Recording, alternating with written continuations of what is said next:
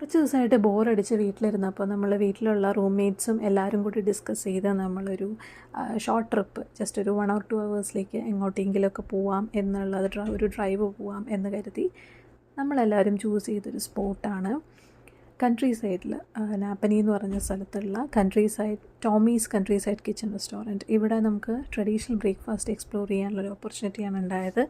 അപ്പോൾ Canadian breakfast explore ചെയ്യാൻ താല്പര്യമുള്ള കൂടുതൽ അങ്ങനത്തെ ഇൻട്രസ്റ്റുകളുള്ള ഏതൊരാൾക്കും ഞാൻ സജസ്റ്റ് ചെയ്യുന്ന ഒരു ലൊക്കേഷനാണിത്. നല്ല ഫുഡായിരുന്നു അവിടുത്തെ.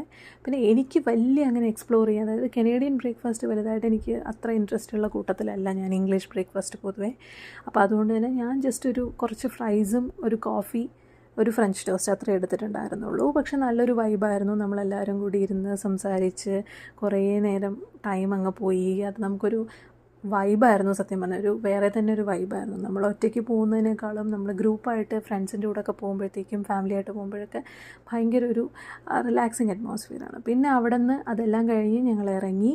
അതിനുശേഷം തിരിച്ച് വരുന്ന വഴിക്ക് നമുക്ക് പക്കാ നമ്മൾ കൺട്രി സൈഡിലൂടെയാണ് വരുന്നത്. ഒരു എന്താ പറയുക, ട്രാവൽ ഡെസ്റ്റിനേഷൻ പോലെ ഒക്കെ തന്നെ നമുക്ക് പറയാം. നല്ലൊരു കുറേ ദൂരം വന്ന് നമ്മളൊരു കൺട്രി സൈഡിലോട്ട് കയറുമ്പോഴത്തേക്കും നമുക്ക് നമ്മുടെ കേരളം തന്നെ കണ്ടൊരു ഫീലാണ്.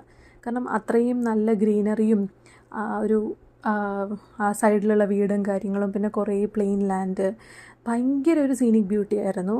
അപ്പം ഈ ഒരു വഴി പോയിട്ടില്ലാത്തവർ, നിങ്ങൾക്ക് കാറൊക്കെ ഉണ്ടെന്നുണ്ടെങ്കിൽ ഭയങ്കര ഈസി ആയിരിക്കും. അപ്പം ശരിക്കും നന്നായിട്ട് ഞങ്ങൾ എൻജോയ് ചെയ്തു. ചെറിയൊരു വ്ളോഗായിരുന്നു. അപ്പോൾ അത്രയേ ഉള്ളൂ. എല്ലാവർക്കും ഇഷ്ടമായെന്ന് കരുതുന്നു. ടാറ്റാ.